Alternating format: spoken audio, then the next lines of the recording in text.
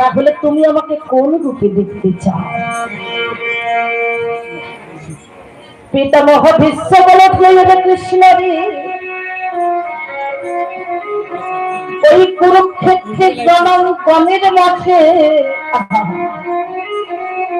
যে রূপে তুই অর্জুনের রথের সারথি হয়ে বসেছিলি,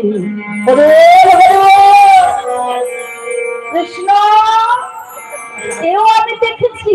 অর্জুনের মাথায় ছাতা ছিল, কিন্তু কৃষ্ণ তুই তোর নিজের মাথায় একটা ছাতা নিয়েছিলি। দেখেছো? যখন অর্জুনের রথের সারথি হয়ে কৃষ্ণ বসে আছে, এই ছবিটা দেখেছো? বাবু অর্জুনের মাথায় একটু লক্ষ্য করবেন, অর্জুনের মাথায় কিন্তু কৃষ্ণ ছাতা দিয়েছে, কিন্তু কৃষ্ণ নিজের মাথায় কিন্তু ছাতা নেই। কৃষ্ণ এও আমি দেখেছি মাঝে মাঝে অর্জুনের